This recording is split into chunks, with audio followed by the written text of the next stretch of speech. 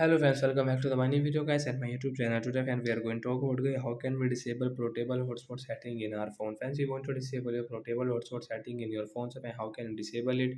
Today I will show you, I will tell you in this video guys. So before starting video friends, first of all go and subscribe the channel guys, click the bell icon and like the video. So friends, now let's see how can we disable portable hotspot setting in our phone. First of all guys, we will on our phone setting guys.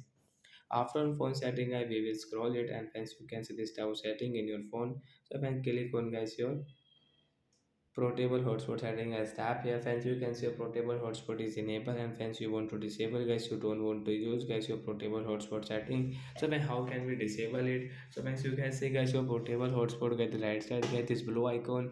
So when we will have to tap here after disable guys we cannot use portable hotspot setting means guys we cannot share our phone hotspot from here guys you can see guys there is no any QR code option. This guys share QR code option will remove on your screen.